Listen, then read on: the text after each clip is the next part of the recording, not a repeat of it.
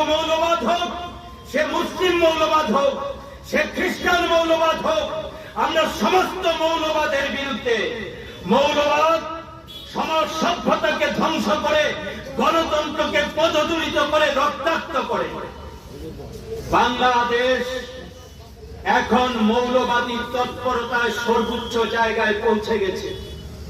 শেখ হাসিনার সরকার স্বৈরাচারী পদক্ষেপ ছিল, এটা অস্বীকার করবার সুযোগ নেই।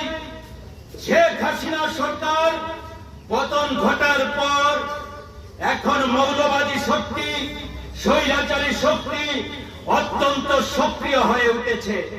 প্রকাশ্যে তারা যেমন খুশি অগণতান্ত্রিক, সাম্প্রদায়িক, সংবিধান বিরোধী, ধর্মনিরপেক্ষতার বিরোধী কার্যকলাপ চালিয়ে যাচ্ছেন। হিন্দু মৌলবাদ হোক, সে মুসলিম মৌলবাদ হোক, সে খ্রিস্টান মৌলবাদ হোক, আমরা সমস্ত মৌলবাদের বিরুদ্ধে।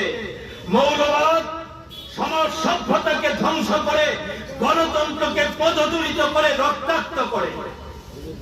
বাংলাদেশ এখন মৌলবাদী তৎপরতায় সর্বোচ্চ জায়গায় পৌঁছে গেছে।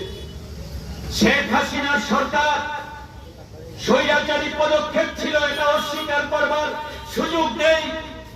শেখ হাসিনা সরকার পতন ঘটার পর এখন মৌলবাদী শক্তি, স্বৈরাচারী শক্তি অত্যন্ত সক্রিয় হয়ে উঠেছে।